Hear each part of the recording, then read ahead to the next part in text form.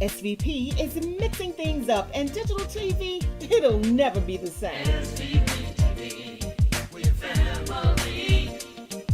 We're gonna make you fall in love. SVP. Download the SVP app today on Roku, Apple, and Fire TV. Watch us. You know why? We're gonna make you fall in love. SVP TV.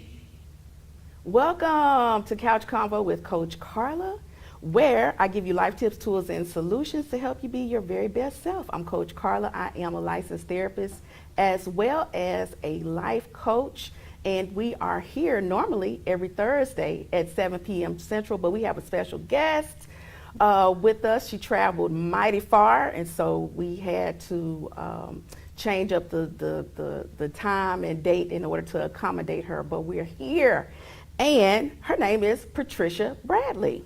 Hey, good to see everybody. Well, thank you for coming. Welcome, Patricia. How are you? I'm good. It was a nice, easy trip, and the leaves aren't turning yet, but it was easy. Okay, good. And so Patricia is an author. I call her Miss Pat, but just call me Pat. I'm familiar with her because we've been in the Mid-South Christian Writers Group together. As well as the Mid-South Christian Writers Conference. I'm saying it right? Okay, all right. We use the acronym so much that I forget what it really is. So she is a romantic suspense, Selah, and Reader's Choice Award winner, and Carol and Daphne DeMaurier Award finalist. She resides in Northeast Mississippi, and she sets most of her novels in the South.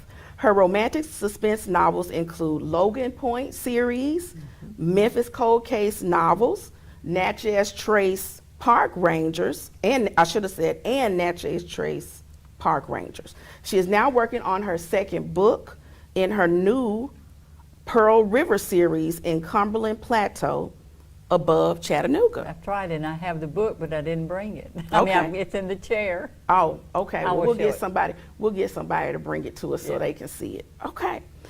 She's also done writing workshops, including the American Christian Fiction Writers Conference, the Ken 10, and Scrivener Retreats, where she was the keynote, as well as the Memphis American Christian Fiction Writer Group, and the Bartlett Christian Writers Group. And she says that when she's not busy writing, she likes to throw mud on the wheel and see what happens. Right. Now, are you talking about pottery? Pottery. Okay, yeah, all right. I'm a potter too, although it's been a while. I actually have pieces sitting on top of my kiln, not in it, that need to be glazed, and it's been several years. Okay. So thank you. Thank you. And this is the... And this is your copy. Okay, thank you so much. I'll sign it before I go. So this is Counterattack, a Pearl River novel, USA Today best-selling author. I am. You didn't put that on your information. And I didn't. I also was a keynote at the Arkansas Writers Conference this year, so I forget. Okay, I understand. Well, when you're so accomplished, it's hard to keep up with all of those things, right? Yeah, it is. I mean, I don't think about it. I mean, all I do is write. That's basically what I do is write. Okay. And she has a publicist who normally handles those kinds of things for her. But I always love the covers of your books. I have to do my own graphics. And Revell to me, have some of the best covers, especially in the Ronin. Well, all of them. I love my covers. Okay. I have a new one coming out in next February, and that's one I'm working on the edits on right now, Now? as we Okay. speak. Okay, all right. Well, as you can see, Miss Bradley is an accomplished author, and I feel honored to have her with us on this evening. And I just want to give you all a chance to get to know her as an author and just anything else that she wants to share with us. I can also tell you that she's a really good teacher because I was in one of her classes at the Mid-South Christian Writers Conference, and I really enjoyed it, learned a lot, and she was able to pack a lot of information in a short period of time. Yeah, you almost have to do that. Yeah. And I love teaching, so that makes it easier. I'm basically I teach what I do, so it's not like I have to research. Well, now everybody doesn't do a good job of teaching what they do or explaining what they do, but you do. Yeah. So tell us a little bit about what inspired you to become a writer. Well, I started out I've always been a reader. I never even thought about being a writer, and so I'm staring up at the ceiling, counting sheep, and then all of a sudden a man appeared in my vision, and he's standing at a window, and in the background I could see smoke, like smokestacks, and so he turned to me, and he turned and looked at me, and he said, "My life wasn't supposed to turn out like this." And I thought, wow. So I began to tell myself his story. Okay. What could have happened to him that made his life not turn out? I figured he was rich, and or maybe he was rich once, but I really don't know because he went away. And then these other people came to live in my head. Okay. I never wrote his story down, but these other people wouldn't go away. They wouldn't leave me alone until I did write their story down. Okay. And the very first suspense, romantic, or the very first piece of fiction I ever wrote, Woman's World, published, which is very rare considering that they only asked for 2,500 words and I sent 4,500 words. Wow. Yeah. And by all rights, the editor should have sent that manuscript back, but I always think that was encouragement from God to keep on, because she bought the story, she cut it herself, and it made me think, hey, I can do this. So I think that's how I got into writing. Well, there had to be something very special about what you sent for her. Yeah. I think so. Yeah. She saw potential. And so that the next story I sent them, I had learned. They asked for 2,000. I only sent 2,500 this time. But and they did buy it. But then they asked me to cut it, and that's where I learned to make every word count. I literally learned from cutting that story, those 500 words out, that the story was better and it moved faster. And I'm probably what you would call a lean writer. I don't have a lot of description, and not a whole lot of romance either. I mean, and I'm trying to add more, but it's always been easier for me to kill them off than it has been for me to get them together. So Okay. All right. But the genre that you write in is romance suspense. So it's supposed to have a little more romance in it, but I have a lot of male readers, and they appreciate that there's not a lot of romance. But I mean, okay, most of my books take place over a 4-day period to 2 weeks. Okay. That's not a lot of time to. I think it needs to be realistic, and that's not a lot of time to fall in love and get married. I mean, that just really doesn't happen that much. So, most of my books end with a promise of a happily ever after, rather than them proposing. Now, some of them they do because they have known each other, and for whatever reason, it's kind of like a reunion. They come back together, and so they have a basis. But for two strangers to meet, it's just very rare that after 4 days that they would get married. Okay. So now you said that most of your stories are in the time period of 4 days to 2 weeks. 2 weeks to maybe 3 at the most. Is there any reason that made you focus on that duration of time? That's just the way it happened. That's just the stories unfold like a movie in my head, And I know the very first Memphis cold case, it's called Delayed Justice, and it's about a man who's sitting on death row, 4 days from execution, and he gets a letter saying that the letter writer has proof that he didn't commit the crime that he was convicted of. The letter writer's killed, the letter disappears. Wow. So his cousin and the victim's sister have to prove in 4 days that he didn't do it. So that tends to make it move very quickly. Yes. So, and of course they had known each other previously, so I could make it the romance better. Yeah. But it's kind of hard to stop and have a romantic minute when you're running for your life. Yeah. I mean, because most of mine, the heroine or the hero or both, are in jeopardy. Yeah. Because that's what the romantic suspense is. Well, you know, that's interesting because in the movies, I don't care how much danger they're in, they always make time to get a kiss in or even... I manage that. I manage that. There's always I didn't mean to do that kiss. And then in the middle, there's a more purposeful kiss. And then about 3/4 of the way through, there's a very... I don't write steamy, but it's steamy for me.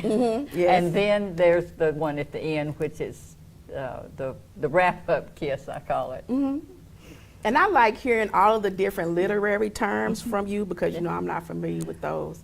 And that's one of the reasons why I'm a part of the Mid-South Christian Writers group. And I love attending those meetings. I learned so much from all of the authors that are there, including Patricia Brown. Yeah, well, we don't just do fiction. We do also nonfiction. Right. And that's where you come in a Yeah. lot. And we have a lot of nonfiction writers. Yeah. But I think a lot of times we take the fiction techniques. I know I write nonfiction like in articles and blogs, and I take the same techniques to tell my story because you have to interest your reader. And so they want to hear something personal. Right. Okay. So when did you get started on your journey as a writer? I was 35, Yes. and that was, and I wasn't going to say a date, but it was, I think from the time I started writing till my first book came out was 34 years. Ooh. Yeah, that's why I always tell writers who are so discouraged, I say, don't give up. Because I think, what if I had stopped at 32 years? Right. Yeah. Or what if I had stopped in January of that year that I got a contract? So if God called you to write, then write. Do what He called you. He's going to equip you, which He did. He put people in my path to learn how to write, and I write commercial fiction. That I know that does not sound. It sounds kind of crass, I guess, because I don't write literary fiction. And I like to read literary fiction, but that's not what I write. I write what I call romantic. It's a genre. I write my genre. I actually wrote just a romance for Harlequin. I wrote 2, but I quit because they wouldn't let me kill anybody. She really likes killing people in her novels. Yeah. Well, I also like getting justice for that's the main thing, is getting justice, catching the bad guy. I used to do abstinence in schools, and at the time I was writing, and I would go into an early classroom. I said, you better be careful, I know 101 ways to kill you. Well, what would their response be? Their eyes would get big, and they usually quieted down a little bit. Well, that's good. Yeah. Because I did substitute teaching, and it takes a lot to get them to calm down these days. It is. Yeah, yeah. So how do you stay focused when you're working on a novel? Okay, deadline. Deadline. Yeah, I write in Scrivener, which gives me, it's a program you can set it up that it tells you how many words you need to write a day to reach your deadline. And so normally, now right now it's not I have a November 1st deadline for the 3rd book in this one. But circumstances, and I got the flu, and it was very hard to get over. But anyway, I got behind on the second book, so that's put the third book. I'm gonna have to have an extension on it, but still, the deadline is what keeps me. And I write to a word count, so many words a day, 5 days a week or 6 days a week. Is there ever a time where you struggle to get that word count for the day? Every day, usually. I hear writers talk about the words just flowing. Some people I know can write 3,000 words a day, 4,000 words a day, and I so admire them, but I'm what they call a pantser. I write by the seat of my pants. I don't plot. So I don't know, it's just, I can't, if I plotted, I probably could get more words, but right now, I can't see that far. A lot of times I don't even know who the killer is till the end. That's interesting. Yeah, so, this one I did. I went into it knowing who the killer was.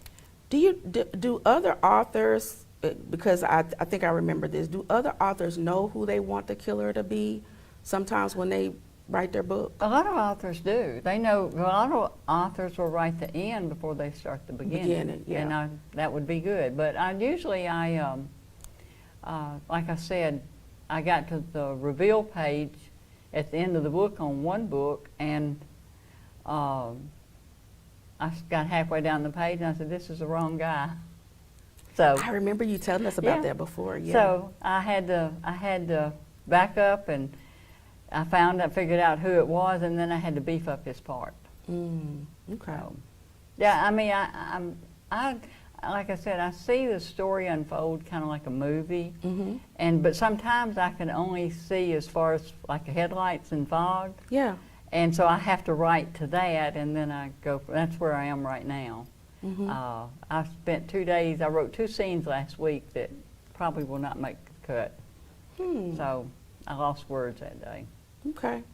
How do you develop or decide on characters for your books? Okay, most of the time they come to me like the man in the vision, and I have to settle on a name. Only one time has a character appeared to me, and I had been working in the abstinence program, and I had cut back to part-time, and I was doing my Bible study actually, and just like the man at the window, a woman appeared in my vision, and she's like sitting on the couch next to me, and she said, "Hi, I'm Taylor, and somebody's trying to kill me."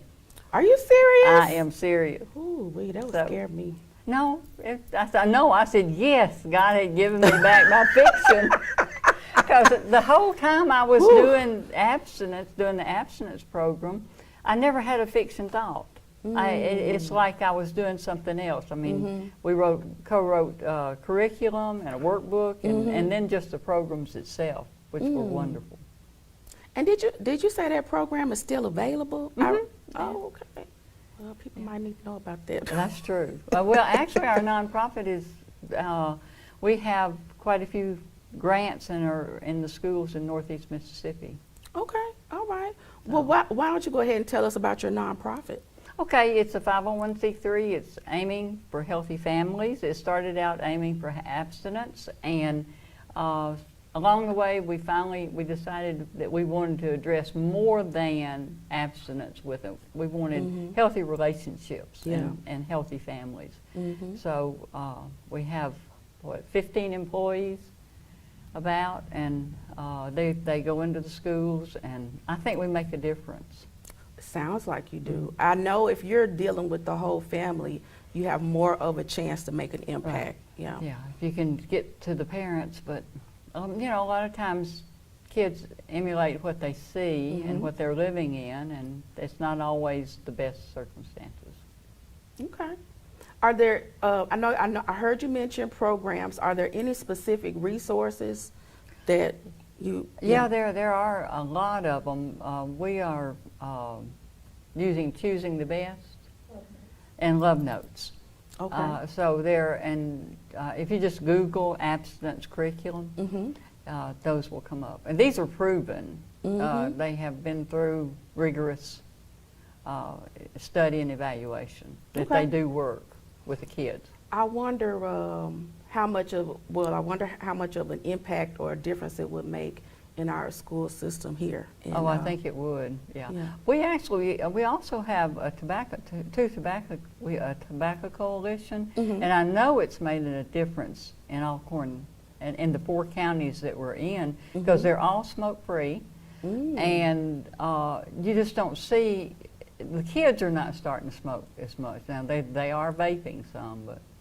And I don't think that people understand the consequences to vaping, because No. I didn't vape, but I didn't think much about it when I saw people do it Yeah. because I didn't know the consequences of Well, it. we've had one little girl that her heart rate got really, she went into almost cardiac arrest there in the school. So, yeah, vaping is very, very serious Dangerous. and very dangerous. Okay. Well, let's get back to you as an author. Who is your favorite character or role to write? Well, usually my favorite character is the one I'm working on, Okay. because that's the one I'm most familiar. But probably Taylor overall. That very first, it was Shadows of the Past. That's probably my very favorite because she was the first. Okay. And then I always like my heroes. Nick was the hero in that one. I remember that. Yeah. Yeah. Nick Sinclair. And he was a writer. It was easy to write about him. But Yeah. yeah, and I'm going back to Logan Point. Okay. After I finish this series, that's where they say they would like me to set another book. And I had more stories because Wade Hatcher had a girlfriend, and she was a librarian. And so I want to go back and write their story. Okay. All right. What's the one thing you do best as an author? I think probably dialogue. Dialogue. Yeah, Ooh. I do. I've been told that my dialogue is natural. That's good. So, and I think I do pretty good with suspense, and bringing justice. And I think, and the spiritual thread. My stories have 3 threads. They have the romance, the suspense, and then the spiritual. Okay. Where they're my hero and heroine, one or the other, or maybe both, are dealing with a spiritual problem. Okay. The book that I'm editing is she wants the peace that her uncle had, and so she tells the hero about that. She said, "I want." She said something about his God, and he said, "Well, maybe that's the problem. Maybe you need to make him your God." And so, and that was her problem, that she did not know God that well. I mean, she thought she did, but there was so much that she did not know. Yeah. I like that. I like the fact that it's spiritual, and then you've got suspense, so it makes it exciting. Yeah. How do you create suspense? Is that something that you can kind of explain to us? How you create suspense? I create right now. I have. I guess the best way to do it is explain it in the story that I'm writing. The 20 years ago, the city condemned land, built a dam for water, for supposedly for industry, so they would have more water. And so it's 20 years later, and suddenly that mayor is being threatened, and 2 of the councilmen are murdered. Ooh. And my hero and heroine are involved in the story, but and they get too close. So you have to have a really strong villain. Okay. And that's what I have. This guy, he found out that the mayor and the councilman had gotten kickbacks, and he's very upset because his father died because of the stress of them taking his land. It had been in the family for 100 years. Right. Yeah. And so you take that, and I know from personal experience and seeing others, you take a foot of somebody's land, and they might kill you over it. Yeah.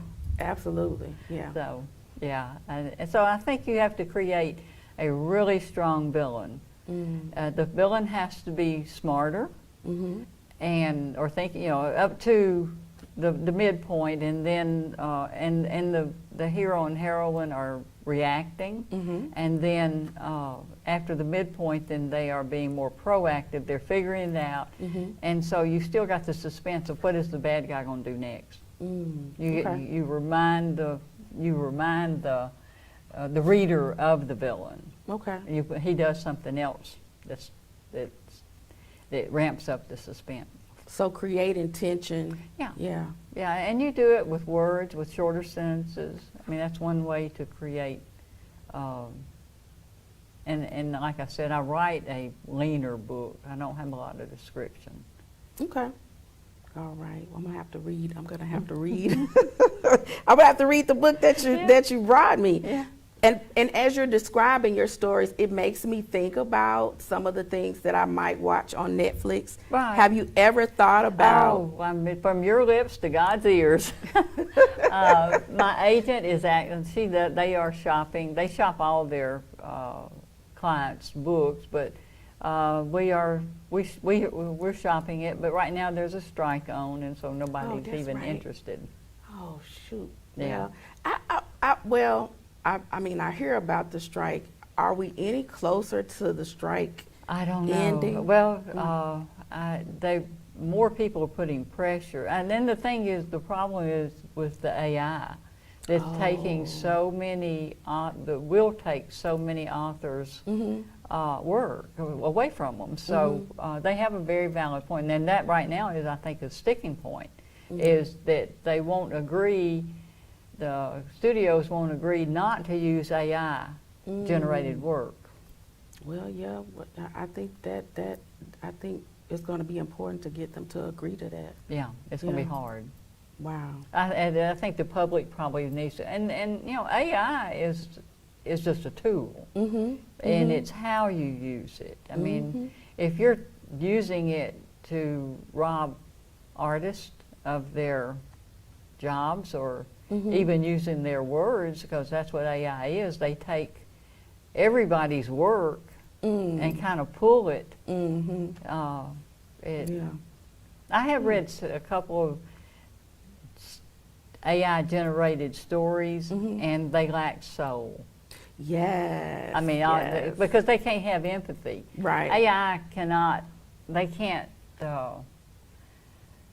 They don't know pain or any emotional thing. It's just very flat. Yeah. When I read something, I said it lacks heart, but It you does said lack soul. heart. Yeah. I agree. Yeah. And I use AI. I brainstorm with it. I will scenarios, like, you know, for twists and things. So. Okay. But I don't ever use what I get. I don't take what I get and put it in a book. I mean, it jump starts an idea. Right. It's kind of like brainstorming. It's kind of like brainstorming with other people. But it's very hard for me to brainstorm with someone else, because my books are rather complex unless they know the whole ins and outs of it. Have you ever found yourself identifying with a main character? All the time. In fact, a lot of at different times, my life, things that have happened in my life.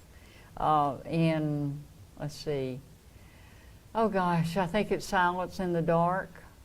The main character, as a child, was supposed to spend the night with her friend, and her dad, the friend's dad, killed them, the whole family. Oh my goodness. And so, well, that happened because in the 6th grade, I was supposed to spend the night with a friend. Yeah. And we found out that she didn't come to school, so we didn't go. There were 4 of us that were going, and she didn't come to school, so we didn't go home with her. And we found out the reason that she didn't come to school is because her dad had killed her. So a writer wastes nothing. I cannot imagine experiencing that. Yeah. For months, I sat up in bed at night, because this guy was a pillar of the community. And I'm thinking, you know, if he can do that, my dad will do that. Right. So it really was hard.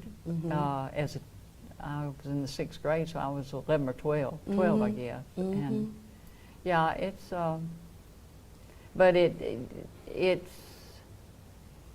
and I acknowledged her in the book. Yeah. Unfortunately, a lot of people are hiding pain behind fake smiles. And that's another reason why I encourage people to go to therapy, because therapy is the place where, you know, you can let it all hang out, so to speak, without that judgment from anybody. Yeah, it is hard. Yeah. Well, we are going to go to a commercial break, and then we're going to come back and talk some more to Miss Patricia about her writing. Can you actually imagine hosting your next event at the all-new SVP Banquet and Event Center? Yes, spacious, beautiful venue with plenty of parking, located in the heart of East Memphis. Let us host your next intimate birthday gathering, family repast, bachelorette party, wedding and reception, baby shower, corporate meeting, social club event. Call us today. Don't wait. 901-244-6874. The all-new SVP Banquet and Event Center. You're talking about a good time, children. When we all come on now. Center Stage Gospel Music live from Memphis, Tennessee, featuring gospel artists from around the world. Toe-tapping, hand-clapping, down-home gospel music. Watch on Roku, Fire TV, Apple TV, and your local Comcast. Download the SVP TV app now on your smart television and mobile device. Center Stage Gospel season premieres Sunday, 8 p.m. Central. Ladies, do you feel feminine during your feminine flow? You know, your monthly cycle, your period? Are you still suffering in silence? The suffering is over. It's time to choose Rain. Rain is an all-natural, premium sanitary napkin with 8 layers of cotton, high-grade polymers, graphene to help cut bacteria by 99.9%. Ladies, let's protect the most precious jewel in the world, you. Rain Premium Sanitary Napkins do not make any medically backed claims or personal recommendations of any kind. For more information, contact Marilyn McGee.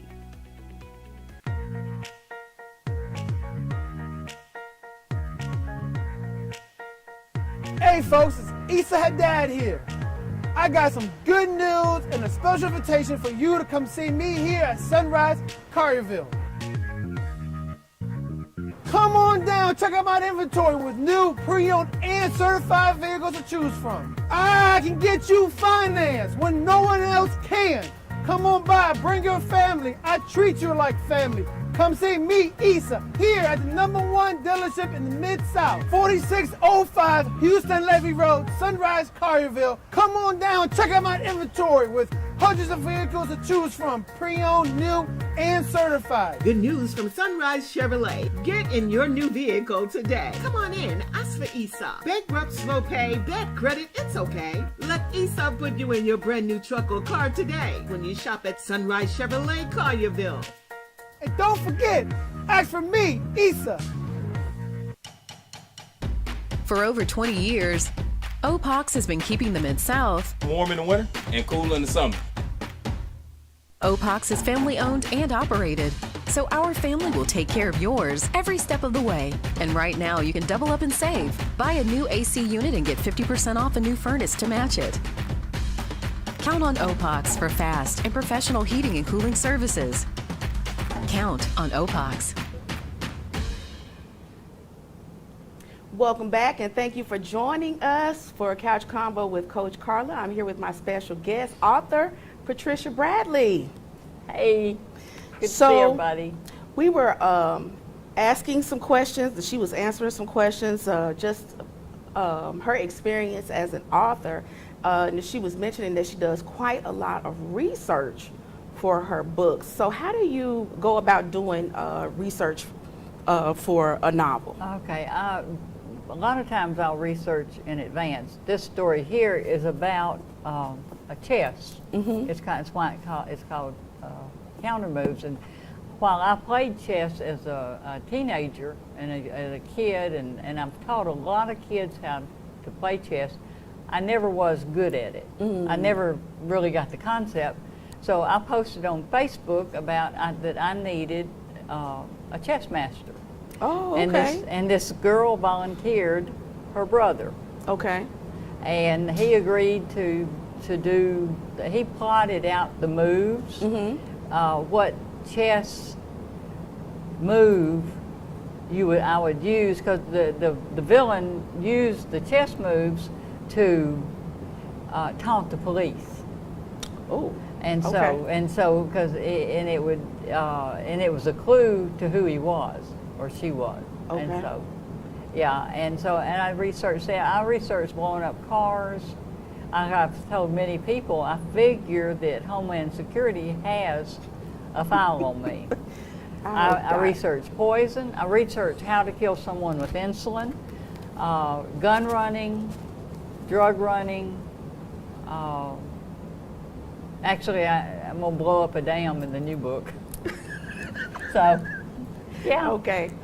Oh, it's funny to me. Well, it's one reason why it's funny to me is because I'm used to Miss Pat, and I know she's like a really nice person, but then when she talks about blowing up stuff, it just seems so out of character for her. But that's what I have been told, that I didn't look like somebody who would write murder mysteries. Yeah. Which is basically what these are, too. Well, do people look a certain way who write murder mysteries? I don't know what they would. No, not really. I don't know. You just don't think about these. Well, I mean, many of my author friends, I marvel at some of their ideas. I've been thinking, where did that come from? Yeah. In this one, the villain takes over the car, and that's something you can actually do. Oh, okay. Okay. So, yeah, but research, and I'm also on the dark web with this. Really? And I researched how to do that, and I have not been on the dark web, but only because I didn't have time. But you know, the dark web is not as bad, the parts of it, because like people in Romania or Russia can email their families on the dark web, and they can, and the Russians, they can't track them. Oh, wow. So I did learn it's not all bad. I did not know that. Okay. A lot of missionaries use it simply because they can't be tracked. And they can say what they want to say. Now, is it, now this is, I don't know what, this question just popped into my head. Is it, I don't know, are you more likely to pick up like bugs and stuff on your? No, I don't think so. No, because actually you do it from a USB drive rather than put it's a Tor browser, which is, it's the Onion router, Tor. Oh, okay. So, and there's so many layers, but people really are not wanting, they're wanting to sell things on the black market, on the dark web, rather than putting out viruses. I wish those people would get a job. I know, but did you listen? I don't know why, but I didn't hear about what happened in Las Vegas. No, I didn't hear it either. I haven't lately. Somebody shut down all of the computers at hotels and one of the big casinos, and I think it was $3 million they were asking for. It was 3 or 4 million that they were asking for. You know, and I was telling my father, well, I don't know if they're going to get that. And he was like, well, they already gave them half. Yeah. And I was like, wow. Yeah, they will, because to get your stuff back. And evidently they did not have a backup. And that's the thing, you have to have a backup. If someone, I mean, nobody's going to hijack mine, but if they did, I always have a backup. Okay. Of everything. Well, I think I have a backup, but I need to check on it. Yes, definitely. Okay. Now, you were talking to me a little bit about why you write under the name Patricia Bradley. Well, when I first got the contract with Rebel, I had submitted it under P.T. Bradley. Well, they didn't like P.T. Bradley. They wanted a name, and they said it wasn't a deal breaker, but could I come up with a name to go with Bradley, or a different name? And I knew I wanted to write under Bradley. That's my maiden name. And so I'm going through the list, and I'm asking my mother, how do you like this? And she'll say, okay. And so I had really come up with Olivia. I liked that, Olivia Bradley. I thought that would make a good pen name. And so I said, well, how about Olivia Bradley? And she said, well, look, if I hadn't thought Patricia was pretty, I wouldn't have named you that. Well, And that is why I write under Patricia Bradley. Wow. Well, that'll do it right Yeah. there. Yep. Okay. Yeah. So your mom made you feel guilty. Yes, she did. Wow. Okay. Moms do that. Moms do that. My mom is watching, so Yeah. I'll have to explain. I'll have to explain that. But I was thinking about, I said, do you have a favorite author? Who is your favorite author? That's almost like asking me which is my favorite child, because I have so many. And it would depend on what I was reading. So actually, Susan May Warren and Rachel Hawk taught me how to write. I went to 4 of their deep thinkers retreats, which were like a college course in writing romantic suspense.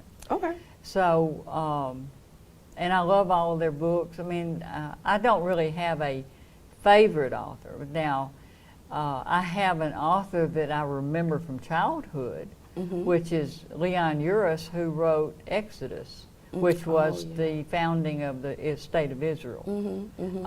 And it made a movie out of it, but I was in the 10th grade when I read it, and I literally stayed up all night reading that book, and it has stayed with me all these years.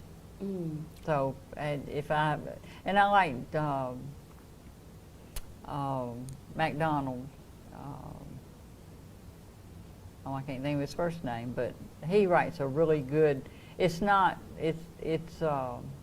call it pulp fiction now. He wrote for the pulp fiction market, but he wrote the Travis McGee stories, which are very good. John D. MacDonald. Okay. He is good, but I mean, there are a lot. Elizabeth Goddard is good. Lynette Eason. She's going to be at the Mid-South. Really? Yes, she's Okay. coming. She's coming to do one-on-one. Oh wow. Okay. There are so many good authors, Yeah.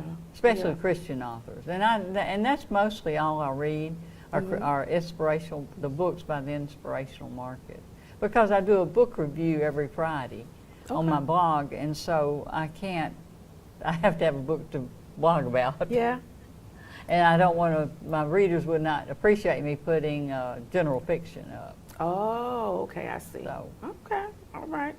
Do you have a favorite line from one of your books? I was thinking about that coming, and then I got here and it went totally out of my head. But then I remembered, okay, in the book that I'm working on now, the girl is regretting something that happened.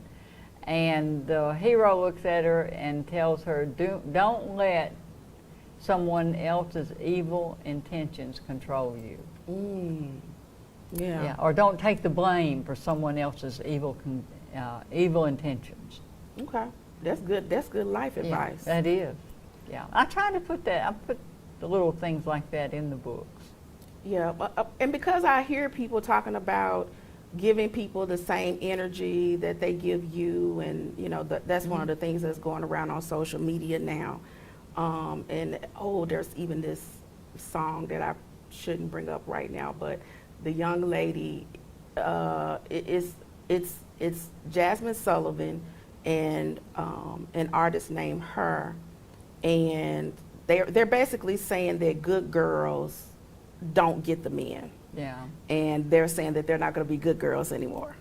So there's a price to pay with that. Yeah. Emotionally and a lot of times physically. Yeah. Yeah.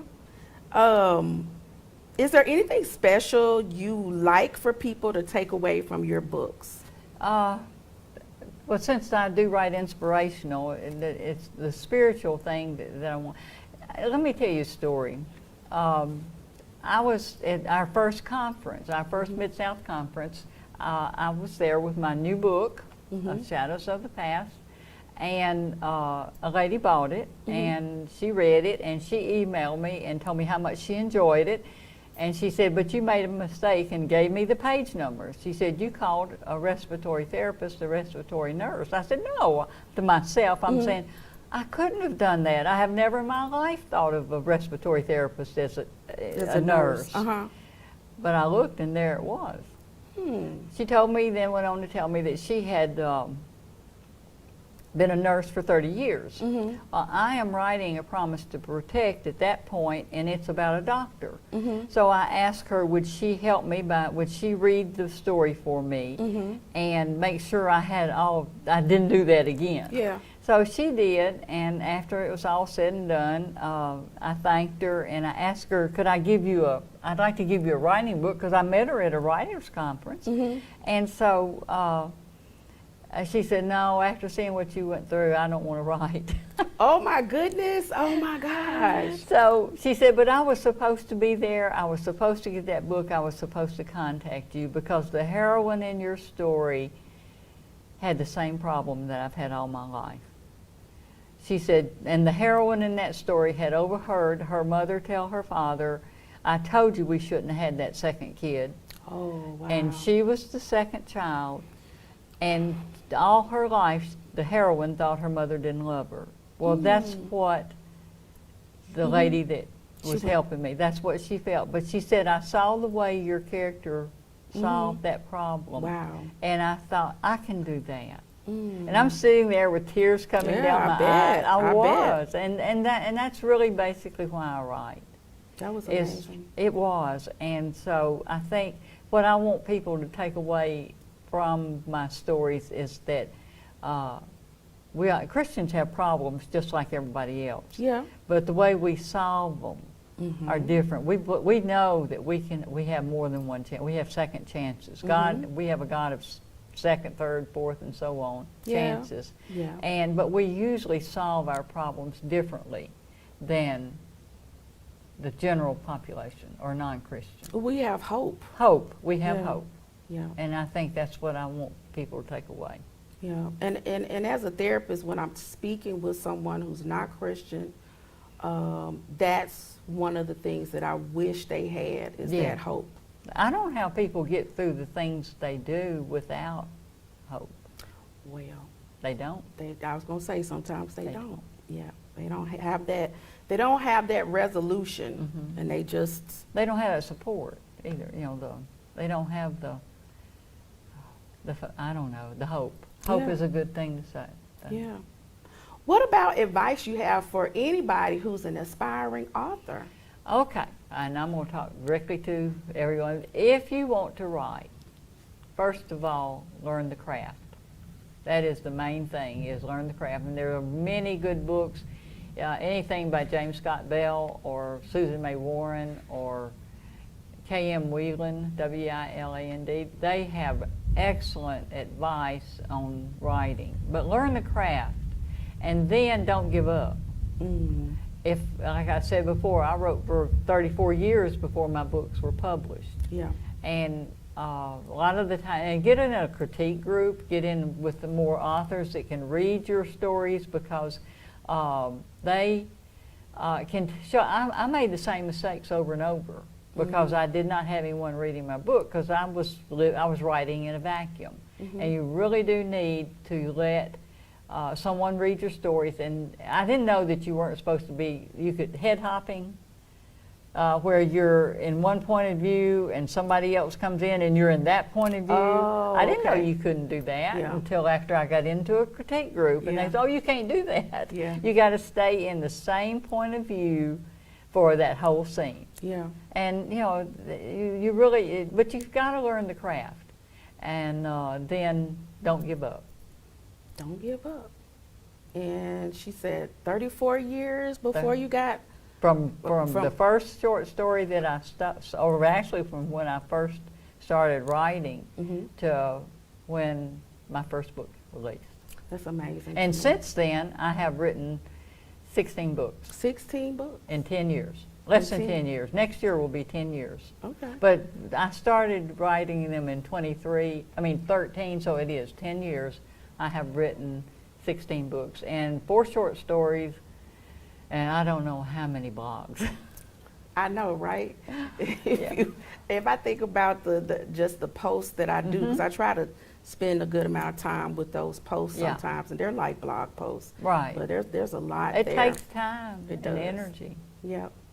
So she said, don't give up. Don't give And up. You can be a best-selling, USA best-selling author. That was God's favor is all I'd say. But and we actually hit it twice with the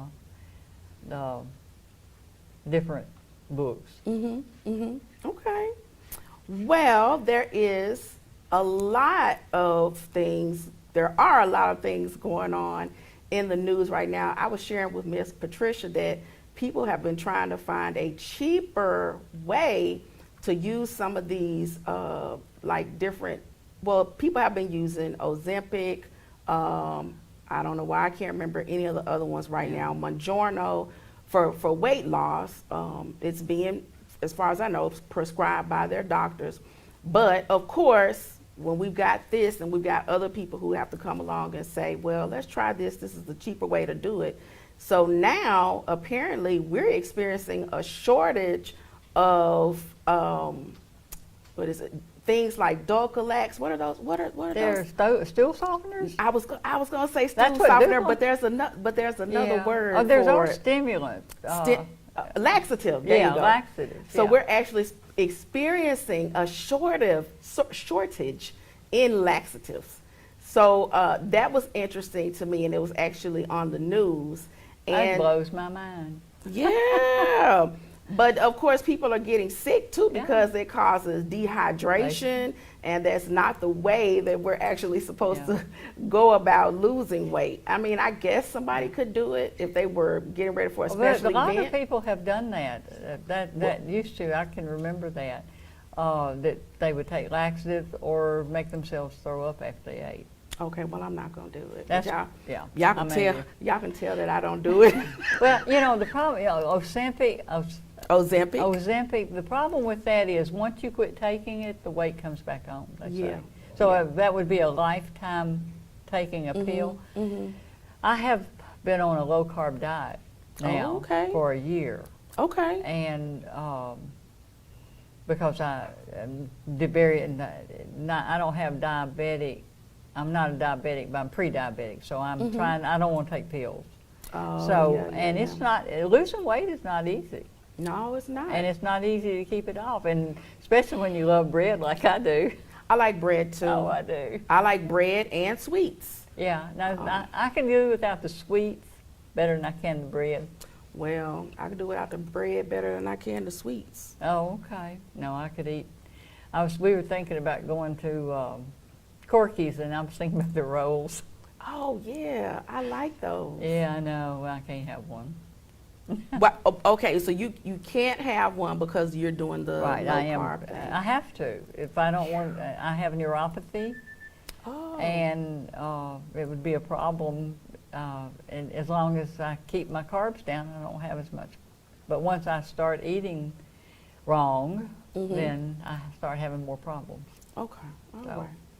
Well, I've enjoyed having you It's fun. on Couch Convo Yeah. with Coach Karla. Thank you so much for making that drive Oh, up here it's to fun. see us. I'm And, good to see everybody. Tell people how they can get in touch with you or follow you on social media. Okay, probably the easiest way is to go to my website, which is ptbradley.com, or I have created a new one that is Patricia Bradley Books.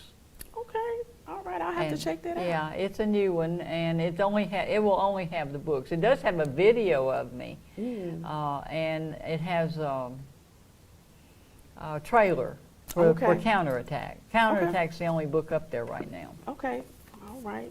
So Everybody can check out her books, Patricia Bradley Books. I think it's Patricia Bradley Books. Okay, .com. All right. Well, thank you thank so you, much, yeah. and you're always welcome on the couch. Oh, I will come back. It was fun. Okay. I enjoyed it. Bye-bye. Good night, everybody. Good night. SVP, SVP, we're family for all your needs. SVP, SVP, we're family. We're growing.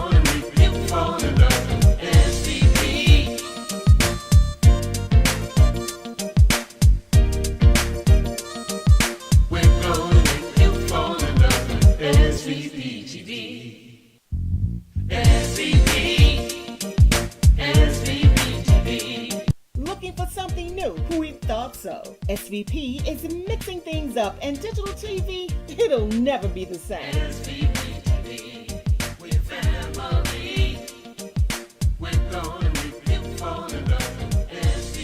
Download the SVP app today on Roku, Apple, and Fire TV. Watch us. You know why?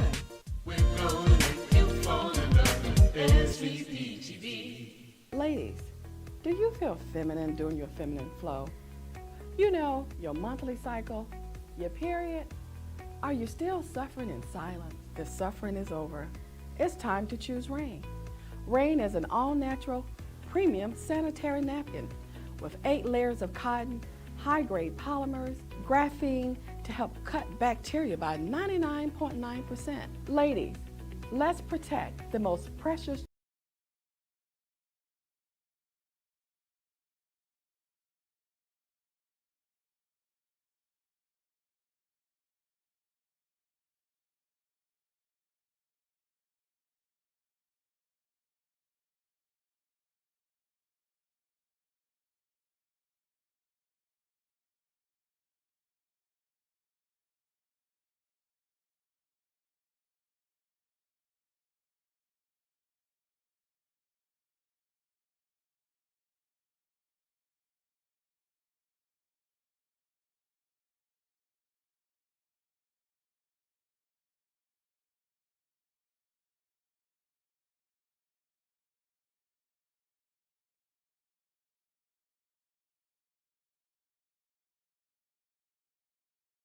jewel in the world, you.